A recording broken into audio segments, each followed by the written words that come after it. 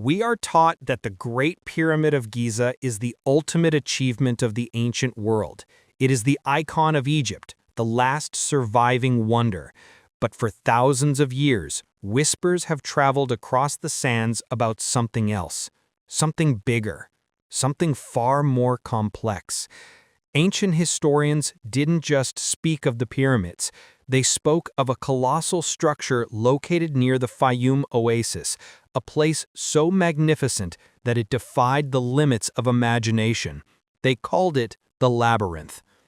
Herodotus, the Greek historian who walked the banks of the Nile in the 5th century BC, claimed to have seen it with his own eyes. He wrote that if you took all the walls and public works of the Greeks and put them together, they would not equal the labor or the cost of this one labyrinth. He described 3,000 rooms, half above the earth, half buried in the darkness below. He spoke of baffling, winding passages that would leave a visitor hopelessly lost without a guide. To Herodotus, the pyramids were impressive, yes, but the labyrinth? It was, in his words, beyond my power to describe. Centuries later, the geographer Strabo and the Roman author Pliny the Elder echoed this awe. They described ceilings made of single, massive slabs of stone and courtyards that opened into 100 more. They called it the oldest and greatest monument in Egypt. And then, silence. The desert reclaimed it. Later civilizations quarried its stone to build their own mediocre towns. The Nile fed the nearby canals, and the waters rose. For 2,000 years, the labyrinth faded from history, becoming a ghost story, a myth. But myths have a habit of being real. And now, beneath the mud and the silence of Hawara, science suggests that the Colossus is still there.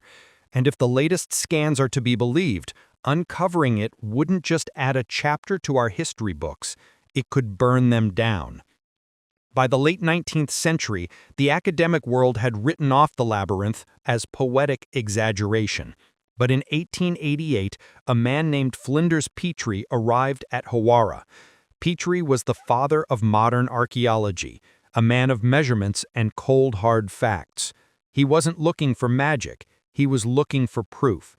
His target was the area surrounding the crumbled pyramid of the pharaoh Amenemhat III. On the surface, it was nothing but a depressing mound of mud brick. But as Petrie's team began to dig, they hit stone. Petrie uncovered a massive foundation bed of limestone and quartzite, the specific stones used in royal construction. He traced the footprint of a structure that spanned 1,000 feet by 800 feet. That is the size of 10 modern football fields. He found statues of Amenemhat III and the crocodile god Sobek, the lord of water and chaos. He even found mummified crocodiles, confirming this was a site of immense religious power. Petrie concluded that he had found the site of the labyrinth, but he also concluded that it was gone, quarried away by Romans and thieves, leaving only the foundation. But Petrie had a problem. The ground was saturated. The water table in the Fayum is notoriously high. Every time his workers dug deep, the trenches filled with sludge. He noted in his journals that there were likely lower chambers, but they were submerged, unreachable by the technology of 1888. He left Hawara believing he had found the corpse of the labyrinth. He was wrong. He was standing on its roof. Fast forward to 2008. The mystery had slumbered for over a century until the Mataha expedition arrived. This was a joint Belgian-Egyptian team, and they didn't bring shovels. They brought state-of-the-art ground-penetrating radar. Their goal was to peer through the earth without disturbing a single grain of sand. They scanned the area south of the pyramid, the exact spot Herodotus had pinpointed 2,500 years earlier. When the data appeared on their monitors, the team was stunned. The chaos of the natural geology vanished, replaced by order. The radar revealed a colossal grid. Beneath the sand, at depths ranging from 8 to 12 meters, lay a sprawling network of vertical walls and stone ceilings. They weren't random cracks, they were rooms, Hundreds of them.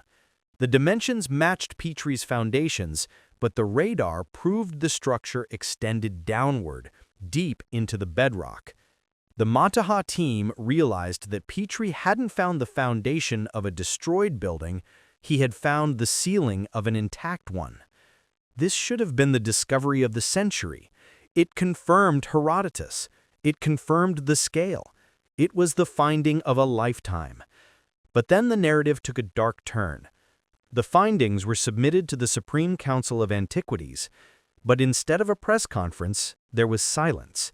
Zahi Hawass, the head of Egyptian antiquities at the time, reportedly placed an embargo on the data.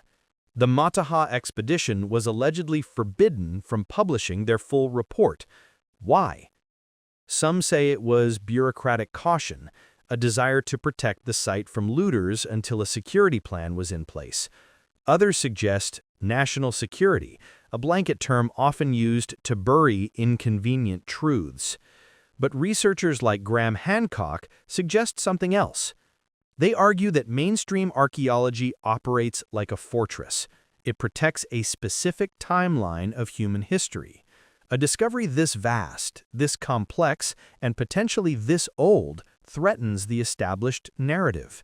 If the labyrinth is as advanced as the scans suggest, it forces us to ask, who really built this, and when? While the official Mataha report gathered dust, other researchers began looking from a different vantage point: space. Using advanced satellite imaging and independent analysis, teams like Merlin Burrows and researchers such as Dr. Carmen Bolter began to probe the site remotely. Their claims were controversial, pushing the boundaries of what mainstream science accepts. But if their data is accurate, the labyrinth is even more impossible than we thought. The satellite analysis allegedly revealed not just one level of chambers, but several, a vertical complex reaching depths of over 40 meters.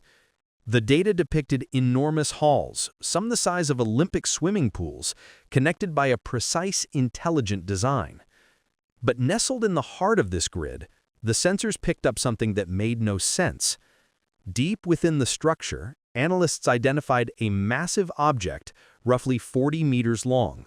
The material signature wasn't limestone. It wasn't granite. It registered as metal, specifically a ferrous anomaly. The researchers nicknamed it the module. In the context of ancient Egypt, a metallic structure of that size is technically impossible. Is it a collapsed structural beam, a cache of unknown technology, or is it simply a glitch in the satellite data? Critics dismiss these findings as pareidolia, seeing patterns in the noise. But to those who subscribe to the theory of a lost advanced civilization, this is the smoking gun. It suggests that Hawara is not just a tomb, it is a time capsule. For author Graham Hancock, the labyrinth of Hawara is ground zero for a war over human memory. He has spent decades arguing that humanity is a species with amnesia, that we have forgotten our own past. To Hancock, the suppression of the Hawara data is not just annoying, it is dangerous. While we debate and verify, the labyrinth is dying. The environmental situation in the Fayum has changed.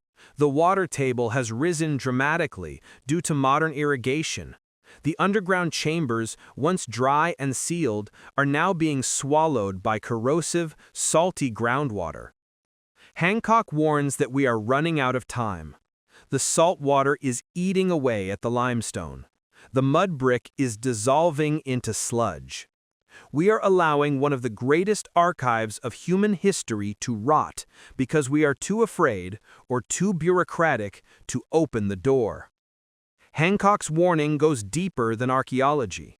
He believes the labyrinth was built by a culture that understood catastrophe, a culture that knew civilizations are fragile. By hiding this discovery, we aren't just losing a building, we are losing a lesson. We are the next lost civilization, he warns.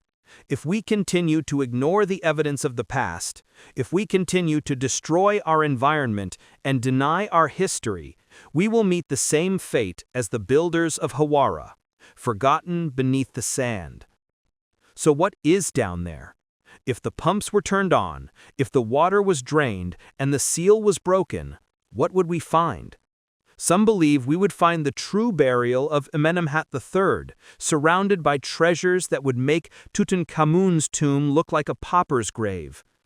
Others believe we would find the Hall of Records, a legendary library of scrolls and knowledge from before the Great Flood, preserving the wisdom of a civilization that predates Egypt itself.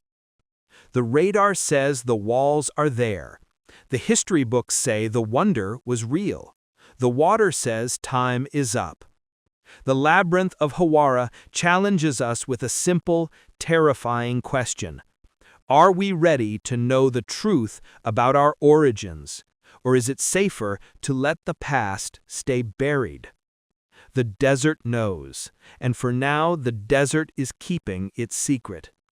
What do you believe lies beneath the sand? Is it a tomb, a library, or something else entirely? And should we risk destroying it to find out? Let us know in the comments below. I'm host Name.